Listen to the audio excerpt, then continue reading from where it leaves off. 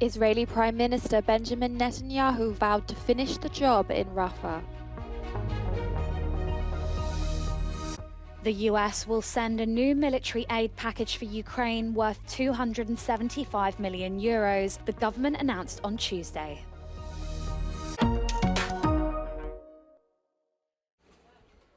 A Lithuanian citizen arrested at the end of December on the border between Lithuania and Belarus has died in a Belarusian prison. Lithuanian authorities only learnt of the death after repeated attempts to contact the detainee. Buvo daug kartų prašyta, kreiptasi dėl susitikimo, kadangi jo negavom, parašėm dar vieną notą.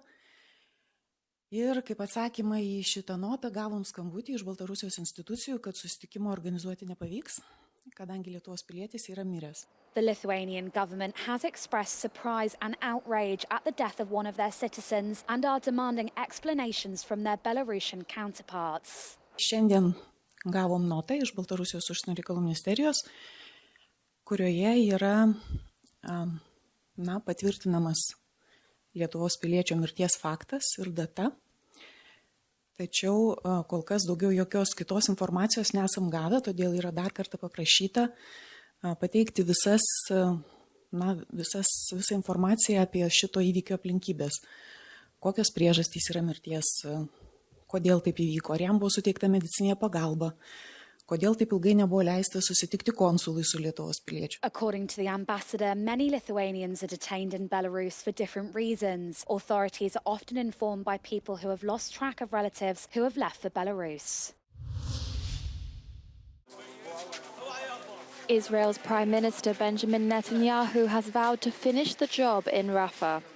Speaking at a pro-Israeli conference in Washington, he added that Israel would take steps to secure the safety of civilians.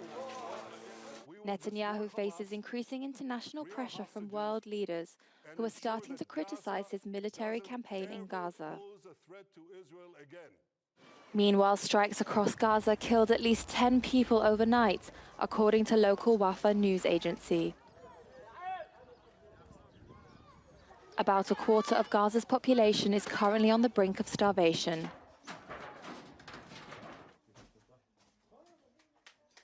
British Foreign Secretary David Cameron said that the United Kingdom was doing what it could to bring aid into Gaza. He called on Israel to open the port of Ashdod to allow a maritime corridor of aid into Gaza.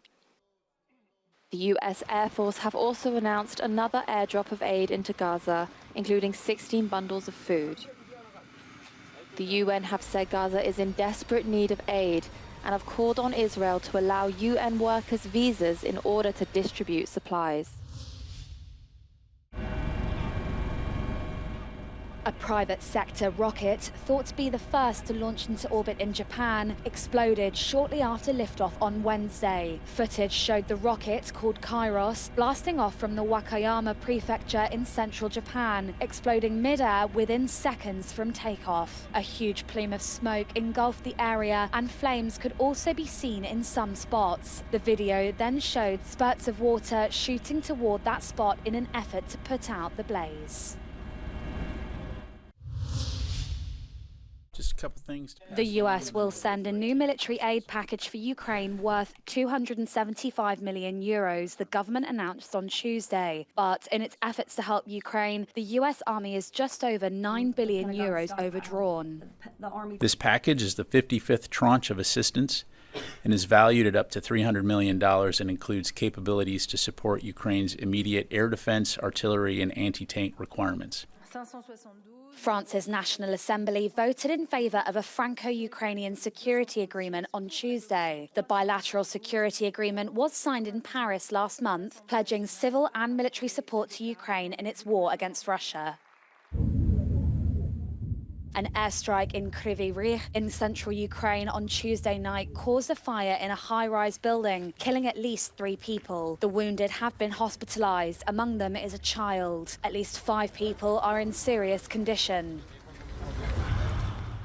Ukrainian President Volodymyr Zelensky offered his condolences to those affected by the missile strikes on Kryvyi Rih, his native town. In his evening address, Zelensky said, "We will inflict losses on the Russian state in response," quite rightly. Russian state TV has aired footage allegedly showing the aftermath of a long-range drone attack on Belgorod. Local authorities reported that enemy drones loaded with explosives attacked the city and injured at least 4 employees in a building that was hit.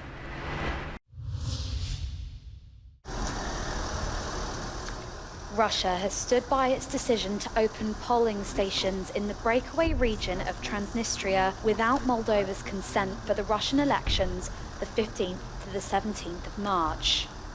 Statul Republica Moldova acționează acolo unde poate să controleze mediul și corespunzător nu vom admite să fie încălcări pe teritoriul controlat de autoritățile constituționale. În rest, așa cum am spus, nota de protest a fost înaintată ambasadorului Vasnetsov și, încă o dată, repet, toată lumea trebuie să respecte statul Republica Moldova și, prin aceasta, cetățenii Republicii Moldova. The Russian ambassador said Russian diplomacy would respect the right to vote of all Russian citizens it considers to be living in Transnistria. Огромное количество обращений поступило в Центральную избирательную комиссию Российской Федерации, в Министерство иностранных дел Российской Федерации, в посольство тоже, с просьбой обеспечить законное право на волеизъявление.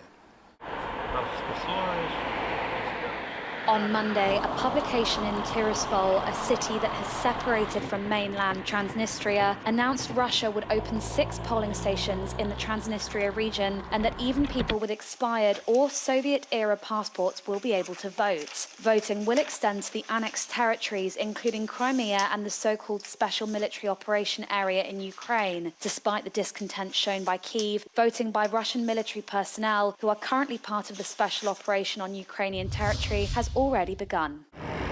Russia, China and Iran have taken part in joint naval drills in a sign of deepening military cooperation between the 3 powers. The exercises took place in the Gulf of Oman and also involved the UAE, with several other countries participating as observers.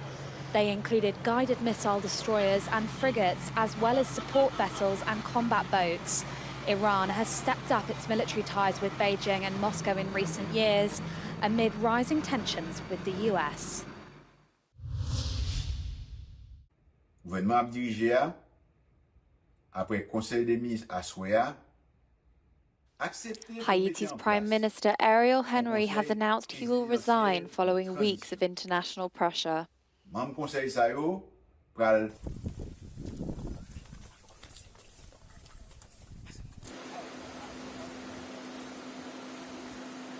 He made the announcement hours after officials from the Caribbean and the US met to discuss a solution to Haiti's crisis. For your leadership today, but thank you for your leadership every day. Law and order in Haiti has collapsed in recent weeks as gangs have attacked the main airport and burned down police stations. Henry is currently stranded in Puerto Rico after being prevented by armed gangs from returning home.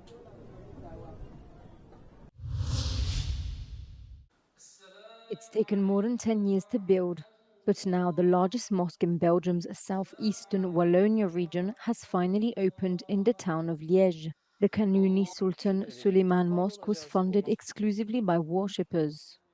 At a cost of €4.5 million, the mosque did not receive any Belgian subsidy nor funding from abroad. It can welcome up to 600 worshippers of all nationalities.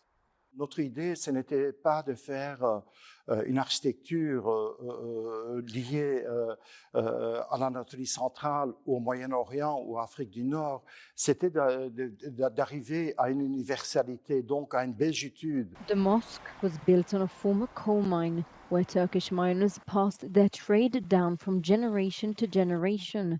In 1964, an agreement between Ankara and Brussels allowed thousands of Turks to come and work in Belgium. Imam Ertuğrul Yilmaz was born and raised in Wallonia. C'est une grande fierté pour moi d'être revenu, d'être imam, parce que j'ai grandi avec eux, je les connais, ils me connaissent. On peut faire un travail ensemble. On aimerait bien recevoir tout le monde, faire des activités ensemble, montrer qu'on vit ensemble, qu'on est aussi belge, qu'on fait partie de cette communauté. Besides the mosque, the structure also includes a cultural center for conferences, education, and other activities.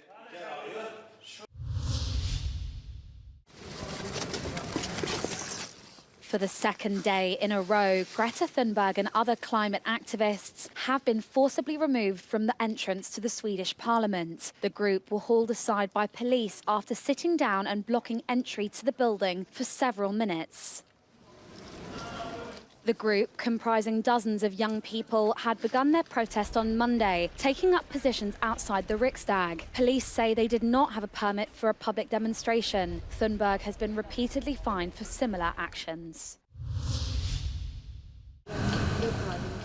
Blood stocks in Romania have hit new highs thanks to a huge increase in the value of meal vouchers given to donors. In January, it went from the equivalent of around €13 per ticket to €56. Donation centres are now constantly full, with people sometimes queuing for hours to give blood. Când mi-am făcut programare, de-abia mai aveam loc și când veneam la celelalte programări anul trecut, era destul de liber.